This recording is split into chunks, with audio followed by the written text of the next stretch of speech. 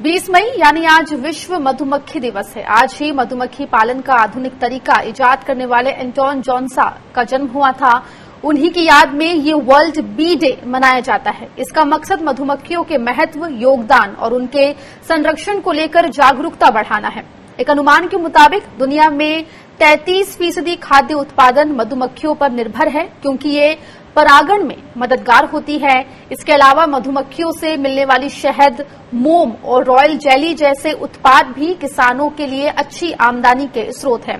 हालांकि कोरोना संकट ने मधुमक्खी पालन पर भी असर डाला है। यही वजह है कि केंद्र सरकार ने अपने राहत पैकेज के तहत मधुमक्खी पालन को बढ़ावा देने का फैसला किया है। इसके लिए 500 करोड़ रुपए देने का ऐलान किया गया है। भारत में 2018-19 में 1,15,000 टन शहद का उत्पादन हुआ, जिसमें लगभग 62,000 टन का निर्यात हुआ। शहद के साथ साथ परागकण या पोलन, रॉयल जेली, मोम, प्रोपोलिस और मधुमक्खी के डंक जैसे उत्पादों के निर्यात से देश को सालाना 1,200 करोड़ रुपए की विदेशी मुद्रा मिलती है। यानी मधुमक्खियों और इनके लिए वनस्पतियों को बचाना बेहद जरूरी है। मधुमक्खियों और मधुमक्खी पालकों के सामने आने वाली समस्याओं के मुद्दे पर नेशनल बी बोर्ड की राष्ट्रीय कार्यकारिणी के सदस्य देवव्रत शर्मा से बात की है स्वराज एक्सप्रेस की एग्जीक्यूटिव प्रोड्यूसर अनिका आर्यन ने। आइए सुनते हैं। आज वर्ल्ड बी डे है, यानी विश्व मधुमक्खी दिवस, और इस मौके पर हम आज बातचीत करेंगे। हमारे साथ नेशनल बी बोर्ड के राष्ट्रीय कार्यकारिणी के सदस्य देवव्रत शर्मा जी जुड़ गए हैं। देवव्रत जी, स्वागत है आपका किसान बुलेटिन में। सबसे पहले आपको बधाई, और ये पूछना चाहूंगी कि कोविड के संकट से उपजे जो ये दिक्कतें हैं, परेशानियां, इसको देखते हुए निर्मला सीतारमण जी ने मधुमक्खी पालकों को एक अच्छे खासे आर्थिक राहत पैकेज का ऐलान किया है। इससे बोला जा रहा है कि 2 लाख मधुमक्खी पालकों को फायदा पहुंचेगा। असल में ग्राउंड पर इससे उनको कितना फायदा होगा? कोविड-19 की वजह से भारत सरकार ने 20 लाख करोड़ के पैकेज में लगभग 500 करोड़ रुपए मधुमक्खी पालकों को दिए हैं। वो हमारे मधुमक्खी पालक साथियों के लिए, integrated bee keeping development centre के लिए, आईबीडीसी के लिए दिए गए हैं, या वहां वो उनको स्टोर करने के लिए, भंडारण करने के लिए, या कुछ महिला समूहों को या कुछ महिला मधुमक्खी पालकों के लिए दिए गए हैं। और उसके करने से लगभग जो सरकार का अनुमान है वो 2 लाख फार्मर्स को या बी कीपर्स को फायदा पहुंचने की उम्मीद है। मैं कहूंगा कि ये उतना पर्याप्त नहीं है।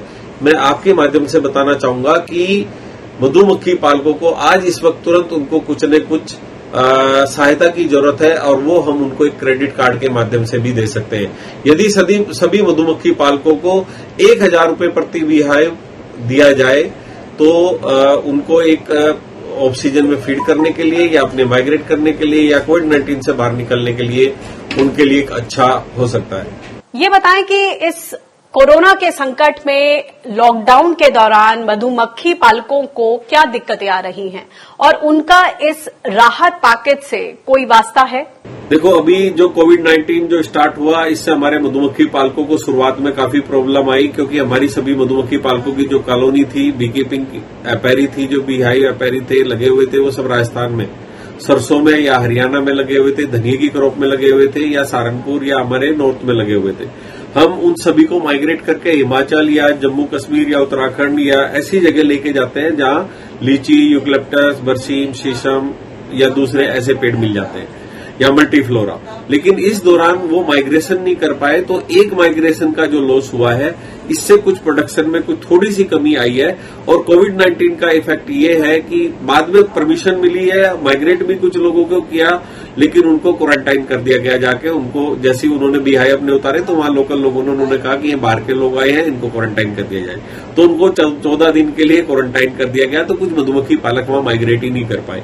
यानी जो माइग्रेशन एक होता था हमारा एप्पल में या दूसरी क्रॉप्स में, वो हमारा नहीं हो पाया, और इससे थोड़ा सा ये एक प्रॉब्लम आई है। बाकी कोविड-19 की वजह से काफी अच्छे से वायुमंडल साफ सुथरा हुआ है। ऐसे में जिनके बॉक्स सही जगह लगे हुए थे, वहां प्रोडक्शन अच्छा हुआ है, ज्यादा हुआ है।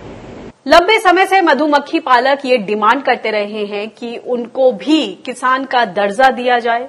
कितने मायूस हैं आप इसको लेकर? EAC टू प्राइम मिनिस्टर के अंडर में बी कीपिंग डेवलपमेंट कमेटी बनाई गई थी, जिसने पूरे देश भर के अंदर 10 करीब मीटिंग की, 10 से ज्यादा मीटिंग करी और उसमें मधुमक्खी पालकों को, किसानों को उसमें बुलाया गया और उनकी समस्याओं को समझा जाना और उसके आधार पर ये कुछ उसमें बनाया, तय किया कि मधुमक्खी पालकों को भी किसान का दर्जा दिया जाए और उसकी रिकमेंडेशन EAC to PM की रिपोर्ट में प्रधानमंत्री को दी गई है और इसके ऊपर मुझे लगता है काम हो रहा है और ये जितना जल्दी होना चाहिए था नहीं हुआ, इसके लिए सरकार ने प्रयास करने चाहिए और जल्दी से मधुमक्खी पालकों को किसान का दर्जा मिलना चाहिए ताकि उनको सस्ते में भी ऋण मिल सके और उनके क्रेडिट कार्ड बनाए जा सके, उनको सुविधाएं दी जा सके। देश में पेस्टिसाइड्स का चलन बढ़ गया है। अगर बात करें GM कॉटन और अब GM सरसों खाद्यान्न में आने की बात हो रही है, आप लोग इसका विरोध भी कर रहे हैं।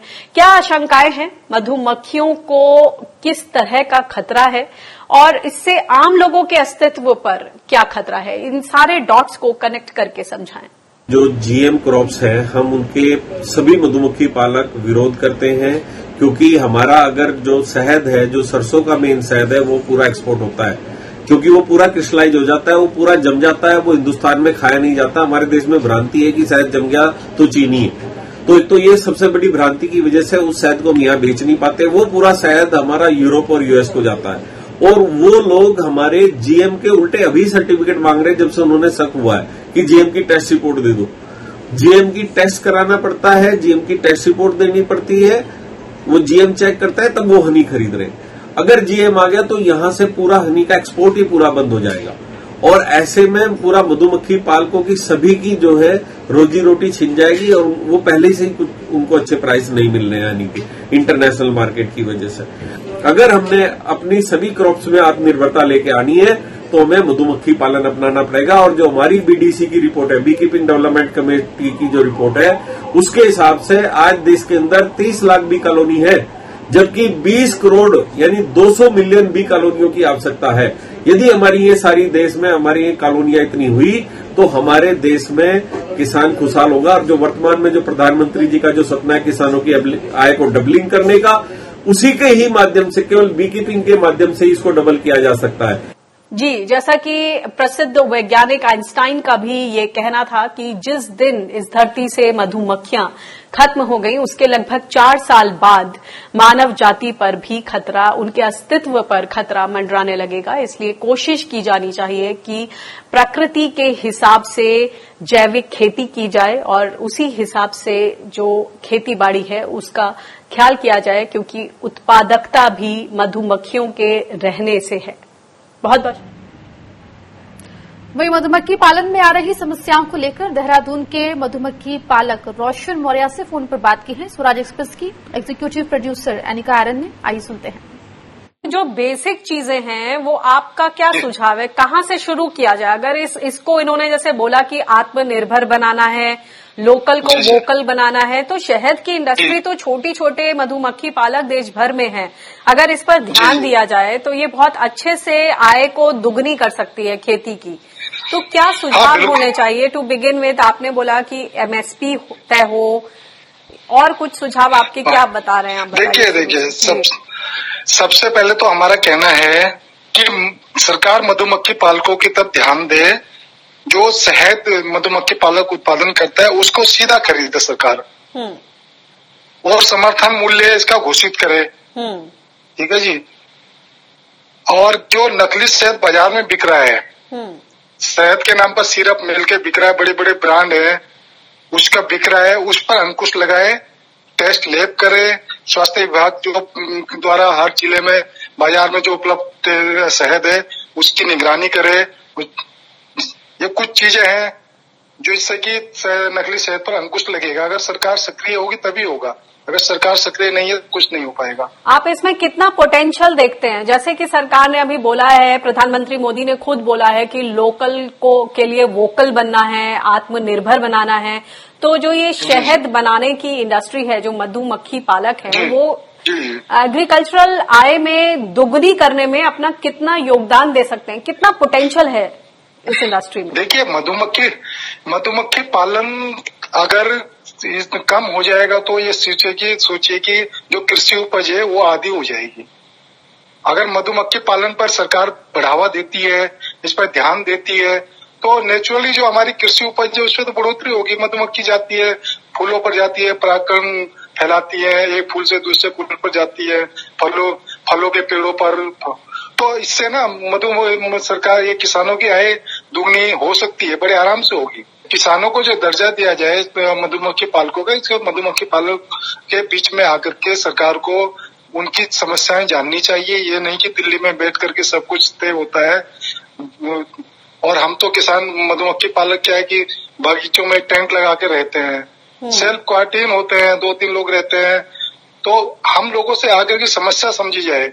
एक जगह से दूसरी जगह हम अपने मधु बॉक्स को लेके जाते हैं तो 20-30 हजार रुपये ट्रक का भाड़ा एक तरफ का पड़ता है। ये बहुत सारी चीजें हैं और खाली शहद नहीं है। देखिए फसल तो बढ़ ही रही है फसल से किसानों की। तो ये देखो ना मधुमक्खी पालकों से कितना बड़ा फायदा हो रहा है किसानों को। जी बहुत बहुत शुक्रिया, आपने तमाम बातें की।